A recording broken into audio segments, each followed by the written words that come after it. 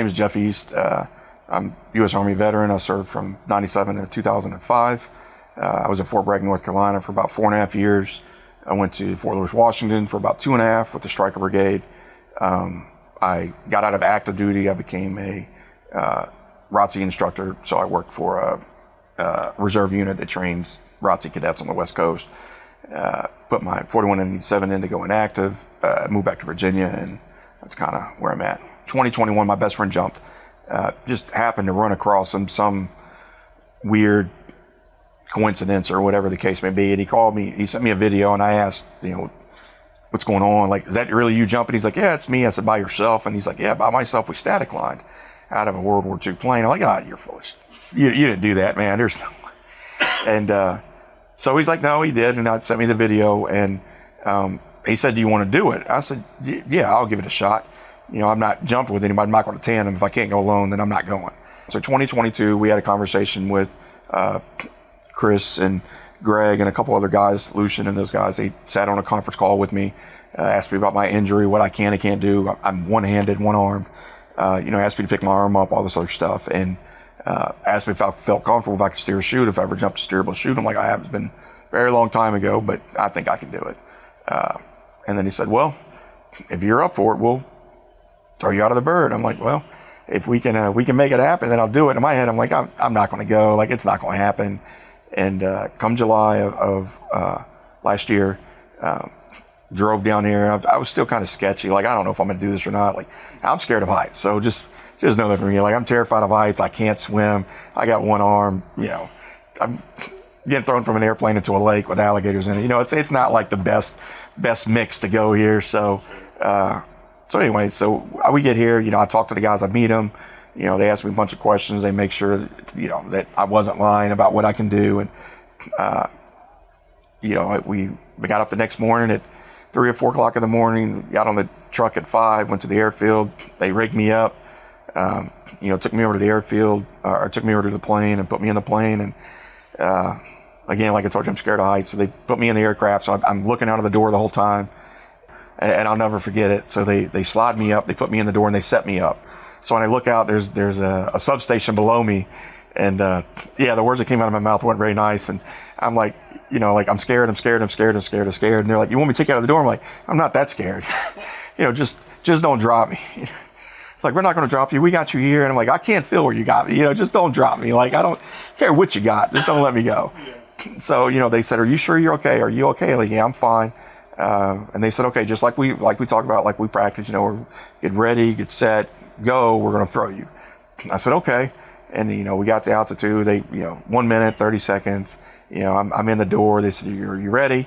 Greg looks at me. He's like, you ready? I'm like, yeah, ain't no choice now. I'm not coming out of the door.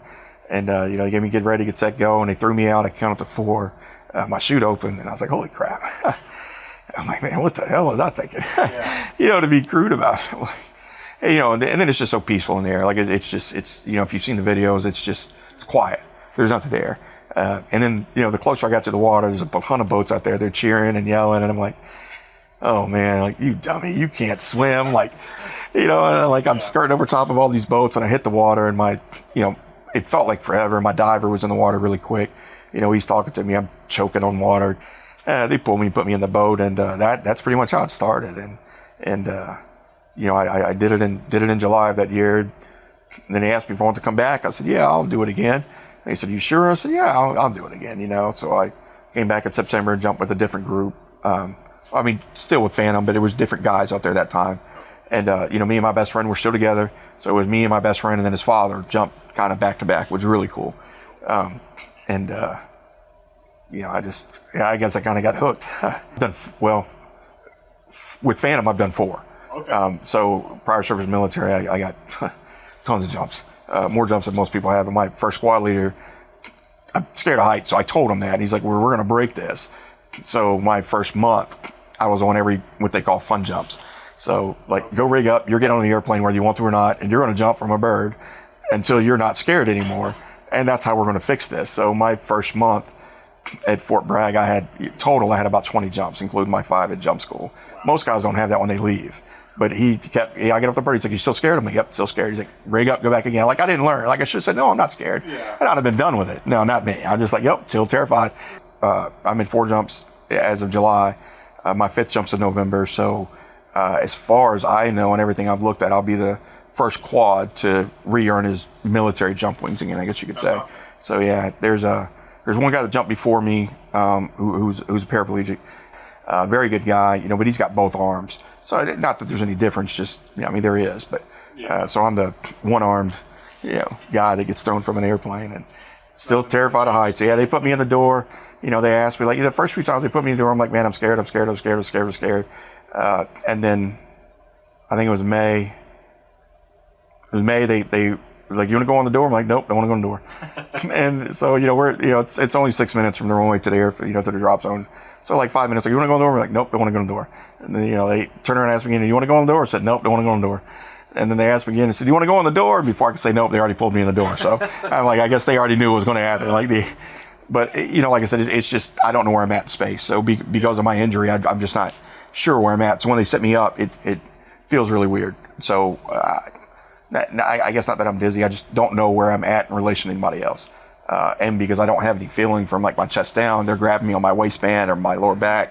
I don't know that you have me other than, like if I lean to the side, I'm leaning against you, and that's about as close as I get. I trust these guys. So yeah, I'm, a creature of comfort and habit. So the same guys do the same thing with me all the time. And when it changes a little bit, I do get a little nervous because, I'm comfortable with certain people. Not that I don't trust any of the other guys. It's just, it's your first time getting thrown from an airplane is kind of, being a quadriplegic is interesting in its own. And all of them are good guys. All the jump masters are really good here. So I've got no complaints against any of them. They're just good group of guys.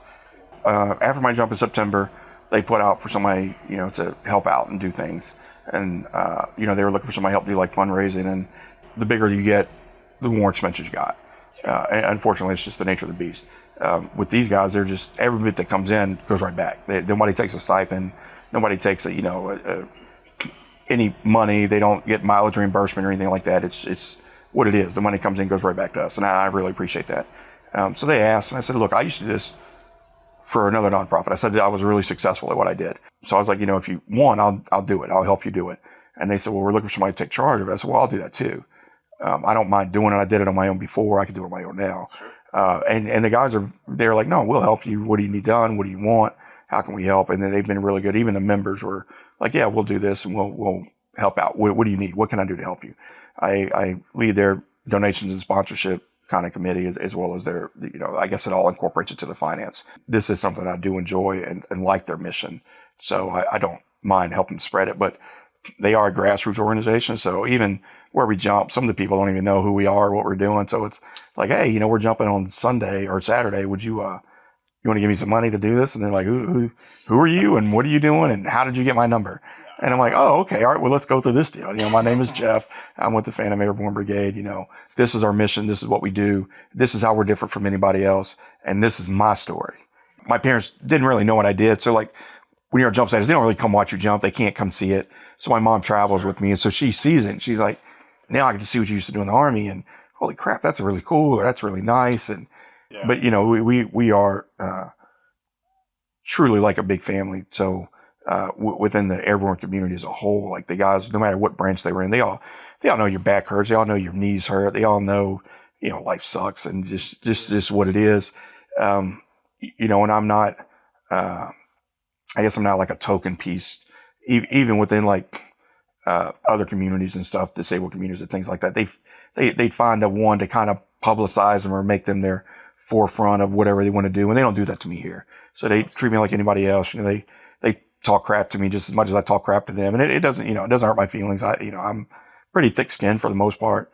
But it's just like I'm normal here. So it's, the 1,500 feet's about a minute and a half, minute, 15 seconds in the air. It's the most normal I've ever felt. Yeah. So it's nice to go back to, being no different than anybody else. You're just floating through the air, I don't know, my legs don't work. I don't know, my arm doesn't work. You're just relaxed and kind of hanging out. So and that's truly what it is to me. For example, today, like I didn't jump today. I drove, they needed somebody to help with Daco. And I'm like, well, I'll come down and help you.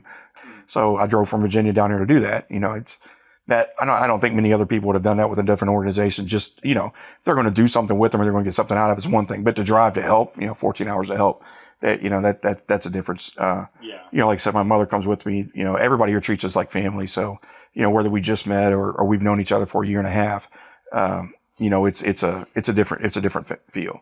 So it's really nice to be able to just to kind of come home again, I guess would be the word to use. The guys are here really good to me. Like I said, they treat me like I'm no different than anybody else. So,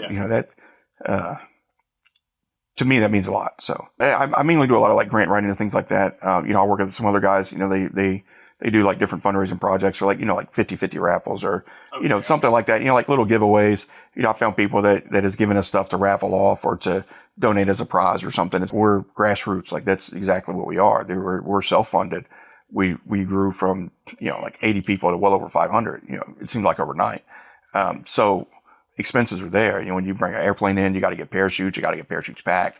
If you're jumping in a lake, everything's got to get pulled out, everything's got to get dried, everything's got to get repacked and put back together and inspected. And, it's a lot of work and we always pick up that pie. So the members pay for it. Sure. And then members do donate money, they donate $5 here, $100 here, or whatever the case is. So being a true grassroots is hard to find today. But then trying to reach out to somebody that doesn't know who you are, it can be a little difficult. So I do a lot of cold calling and I enjoy that part. Because whether or not they give me money, they know who I am or they know who we are. So if they do come out to watch a jump or they do see something come across YouTube or Facebook or whatever, it's like, oh, I heard about them. Okay. Well, okay. So wow, this is what they really do. Yeah. And then they're more inept to come back and, all right, well, how can we help? What can we do? What type of sponsorship levels do you have? Things like that. And, you start that funnel effect, sure. But when I tell one person tells two tells four tells eight, it just continues on and that ladder effect, the pyramid builds. There was a guy that jumped and, he fundraised and raised money. We didn't ask him to. He raised money. So we got what's called a Hoyer lift. So it'll help me get up off the ground into the airplane without people having to pick me up. So since we're not, huge national organization, like 20,000, 50,000 members, we're still a smaller group, the cutoff level is a little bit lower. So we've received, a $5,000 grant already, which is really well. I've got one coming already, through another, grant that we had wrote within the organization. Like I said, they're drastically growing. We started off with one quad or one pair and then there's 3 or 4 of us now. What separates us from anybody else being around is we're only military. Like that's it. We chose to keep it pretty close knit. I guess you could say it. We've got guys that jump with us who are able-bodied, which, they're physically well. We got guys that suffer from PTSD. We got single leg amputees, double leg amputees. You got me in a wheelchair. You got, guys that just, have all types of issues. And, to be with us, you have to have been with us at some point in life. So we all have the same background, and generally most of us do fight the same demons.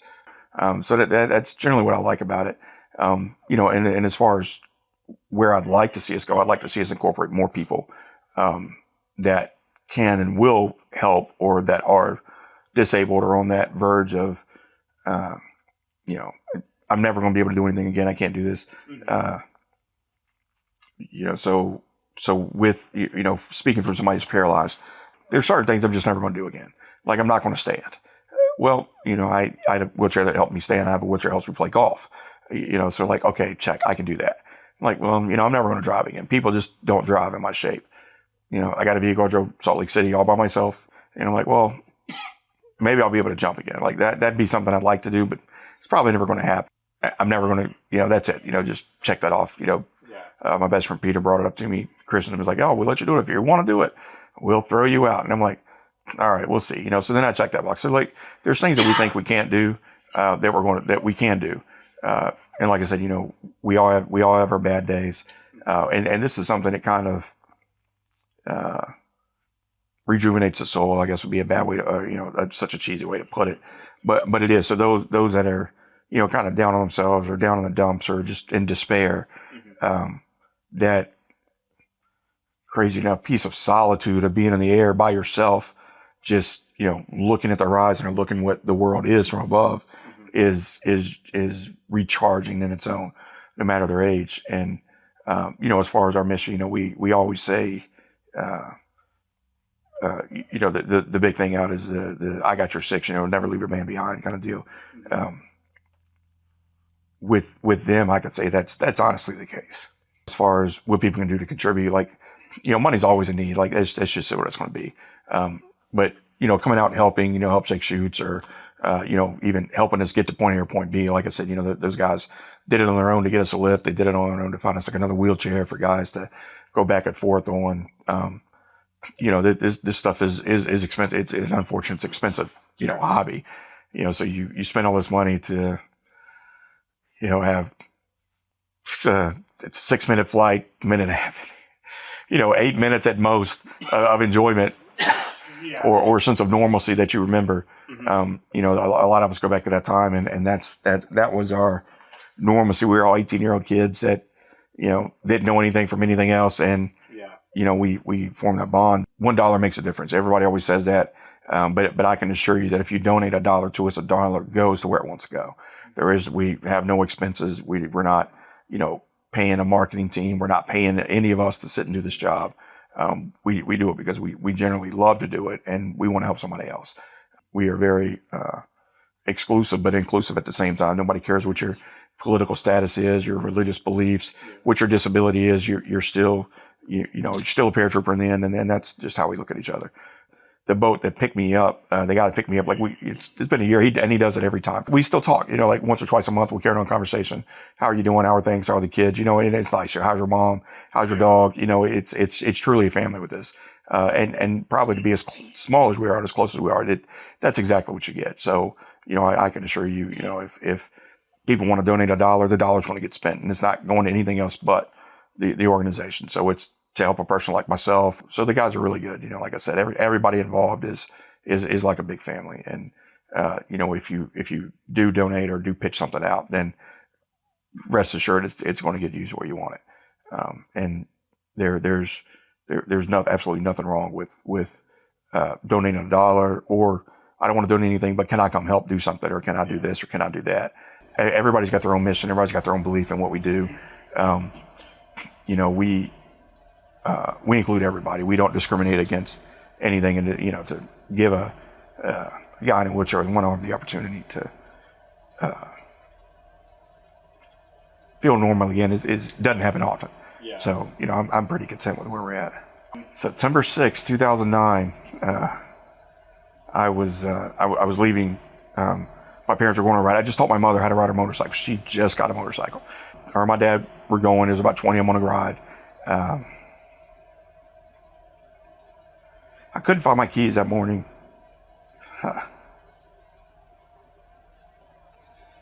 So I checked my pants, found them. I was like, okay, first time all year, I put my real helmet on, put my jacket on with the pads, wore jeans, wore a long sleeve shirt, had my toe sliders on, actually wore what you're supposed to wear to ride a bike. Yeah. First time all year long.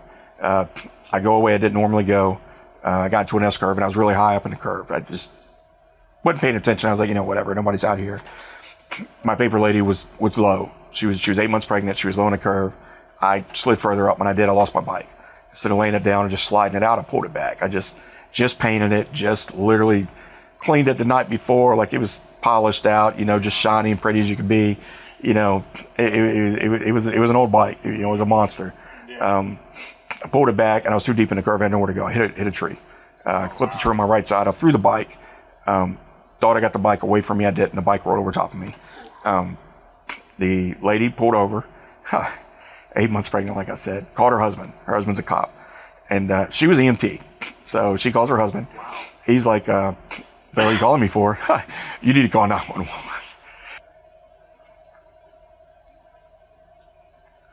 And so my brother got to the accident. I'm still conscious. He showed up and said, hey, get my bike, take it home. It's a precaution. They just got to take me to the hospital to check me out because it's a motorcycle accident. Sure. That's what it was. I was sitting back up. I was getting back up off the ground. Oh, wow. I felt funny. I laid back down and I said, look, I don't feel right. You need to call somebody. She said, well, I've already called. Anyway, they med flighted me out in the field. I remember getting on the helicopter. I don't remember anything else more than that. I was conscious in the hospital. You know, I got to the ER. They talked to me. I was aware. I was completely coherent. I never should have made it off the ground. I definitely should have made the flight. Wow. Yeah. To look at me, I wasn't bad. I had scratches on the front and back of my shoulder, and I was bruised up here really bad. That's it. I had broke ribs, lacerated liver, punctured lung. I was hemorrhaging. You know, they induced me in a coma for about 13 days. They left me open, stuffed full of gauze to clean the bacteria out of my stomach from my liver, because your liver's toxic. Everything in your liver is toxic. Right. So they had to clean all that out. You know, they were worried that, you know, I had kidney failure, that I was going to have kidney failure, that, you know, my intestines could have been cut, anything of that sort. So they really took care of me. Now, like I said, it was quarter 8. About 9:30 or so, my parents got a call. Maybe about 8 o'clock that night, they found I was still alive. Yeah. So I go back to like the brotherhood part of what we do. My very first phone call was a guy I talked to in almost 10 years. Wow. Yeah. It was just a random thing. You know, they took the tube out of my mouth, the breathing tube, the oxygen, all that stuff. I had nasal cavities and stuff like that. But I was able to have a phone call. So first phone call I got was just, you know, like I said, guy I had spoken to, well, not 10 years, 9 years, I think it was. Okay. You know, like, who in the hell does that? Yeah. The, outside of my parents,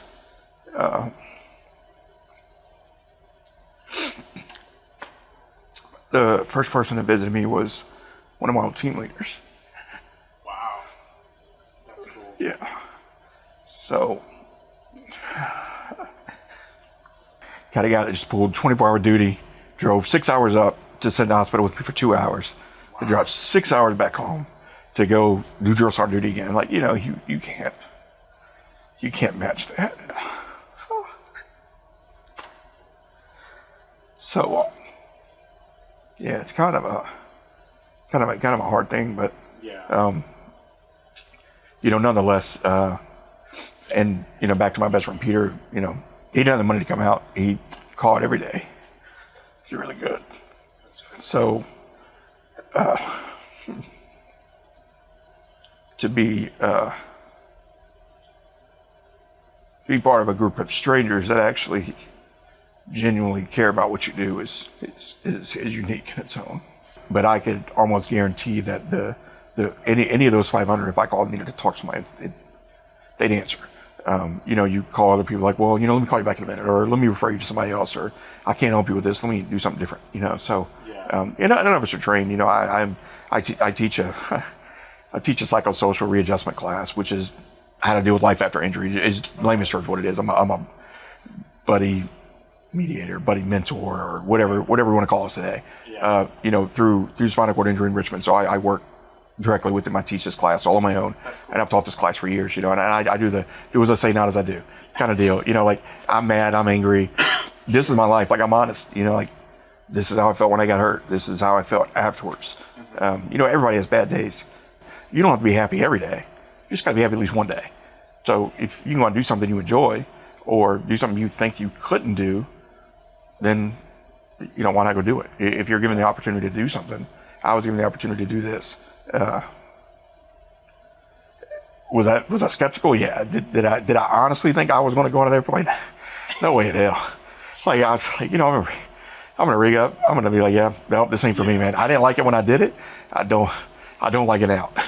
You know, it doesn't change. Yeah. But like I said, that first meeting with these guys, and then I got there and I went through, you know, all the pre-jump and all that stuff, and safety brief, and nobody out there treated me any different. They didn't look at me like I was a guy in a wheelchair. They just looked at me like I was just another guy that was ready to, you know, do something that he liked to do. If what I do or what somebody else sees me do inspires them to do something, then, you know, I'm like, I did my job. I did what I was supposed to do. You know, I didn't let somebody fall into, you know, whatever state they're in. You know, and I did jump a July. I had guys I jumped with a July I hadn't seen in 20 years. Guys flew from California just to come jump with me. Like, it's guys, again, like guys you haven't seen in 20 years. They're like, yeah, Jeff, I'll come do it with you. Are you really going to do it? I'm like, yeah, well, done it 3 times before. I'm trying to get my wings again. And they're like, if you're going to go, I'll go. And I'm like, okay, man, well, come on. And then other guys were like, oh man, that's good. Yeah, I'll come. Like, I'll be there. When do you want me there? Like, what can I do? How can I help? What do you need from me? And then, so, and even some of these guys are here, they're like, seeing you do it, like, makes me want to do it. Like, if you can do it, why can't I do it? So it kind of makes me feel better. Like, you're doing it with one arm. I got 2 good arms. I got 2 good legs. If you're brave enough to do it, I'm brave enough to do it too, kind of deal. But, like I said, if what I do or my story inspires somebody else to do something, or I don't care what they do, even if it's getting up, like making a peanut butter and jelly sandwich on their own, like, I'm pretty content with that. There's a lot of things I never thought I'd be able to do. The guys here, they really do more for me than most people do, and not financially or physically or anything like that. Just the mental aspect. They treat me like I'm a normal person. They allow me to come out and help, do something. Like what I did today is an easy job, but you don't see guys in wheelchairs doing stuff like this. I'll do anything in the world I can do to help somebody else, and that's how I feel, and that's how I feel with them. They'll do anything in the world to help me or make my life better or give me an opportunity I never had before. So I am completely stoked and super excited about it. But my injury story is pretty hard. Like I said, they treat me normal here. I've been called all kinds of things in my life. Cripple, useless, burden. Why are you here alone? Aren't you supposed to be with somebody else? From people who I thought were friends and family to just random strangers. And so when you meet a group of people that don't know you and have never met you, and like, get over here, guy. Like, what the hell's wrong with you? Like, sign your own paper. Like, get your own drink. Like, pick your own shit up off the ground. I'm like, I was going to do it anyway, but I appreciate the you not being like overly helpful, kind of deal. And that's probably not the best language to use, but they really do. But they treat me as just a regular paratrooper, and I greatly appreciate that. And again, they do so much for me. I can't say enough good things about them. Chris and Greg and Brian and all these other guys that are here. They are very, very safety conscious. They allow me to help them instead of telling me what they need to do. They're like, hey, Jeff, how can we do this? How can we make this easier for you? What can we do in the future? Like you talked about, how can we get more people in? Like, this is what we need for persons in wheelchair. This is where you have special needs, or like I said, my bad times are bad. My good times are really good. It's an in between where you need that reassurance or that support or comfort. And like I told you, the first phone call I got when I got hurt was a guy I hadn't seen in 9 years. The first person to visit me in the hospital that wasn't my family was a guy I served with, and from 97 to 2004. You can barely find family like that, unless find random strangers. So my selected or chosen family, I guess is the way we'll put it today. Is it are these guys, and if people are looking for something to give that truly gives back to a veteran community, I can't think of a better group than these guys. There's no payout for us. What we take in is what we get back, whether it's cutting the cost of fuel for a plane, or finding new parachutes, or repairing our parachutes, or allowing a guy to come in for the very first time to jump and help cushioning some of his impact, or whatever the case may be, or finding this or finding that, or allowing people like myself or with severe disabilities to actually come in and do something. You can't beat that genuine give back, that genuine feeling of they actually want to do something for me, instead of I got to go through all these hoops to get there. They did it for me. They did it all. And to ask me about my opinion on what I can do, what they can do better to make it easier for me, make it easier for somebody else, is, they write their policies and procedures based off of what I tell them. Cool. So because I have the experience, I tell them. They just don't create something on their own. Yeah. So I'll say, if somebody's on the fence and you're curious about what we do or how we do stuff or any of that stuff, I'll tell you to come out. The most exciting thing you're probably going to ever see is 140, 160 guys jumping out of a World War II airplane, Phantom Airborne is a family, and a brotherhood to the end, and that's what we are.